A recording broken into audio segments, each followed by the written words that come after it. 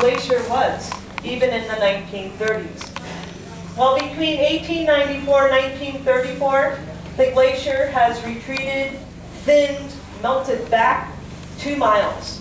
And its terminus or face sits on this rock that the visitor center is now sitting on. The once barren landscape that sat behind us is filled with alders and willows that have taken their roots and sunken them into the nutrient-rich glacial soil that Glacier has left behind. And it has provided an area of exploration and discovery for us.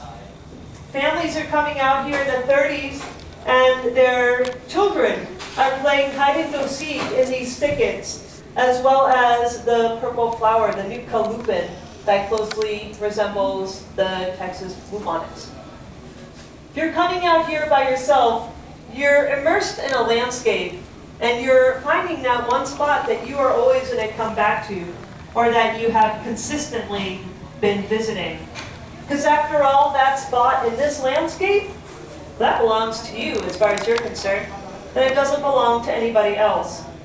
So, even in the 30s, people were seeking ownership of the Mendenhall Glacier.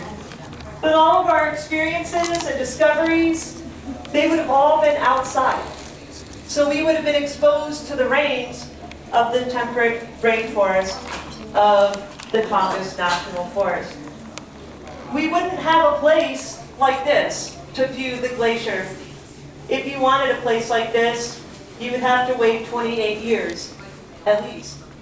Well, in 1962, John Glenn has succeeded in becoming the first American to orbit Earth. And now locals and visitors are witnessing the dedication of the Mendenhall Glacier Visitor Center. Well, this building is eligible today to be on the National Register of Historic Preservation. And if you look at the outside architectural design, as well as the inside, and think Frank Lloyd Wright, he'd be in the same ballpark because Lynn Forrest was our architect, and he followed or designed the building following Frank Lloyd Wright's ideas.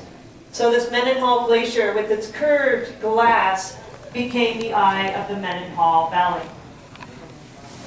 It affected our experience pretty sweetly because it did provide an indoor environment as well as a restaurant. That's right where the bookstore stands. In 1962, it was owned for a period of time and following years by Joe and Kitty Stalick, and it was called the Sitya Coffee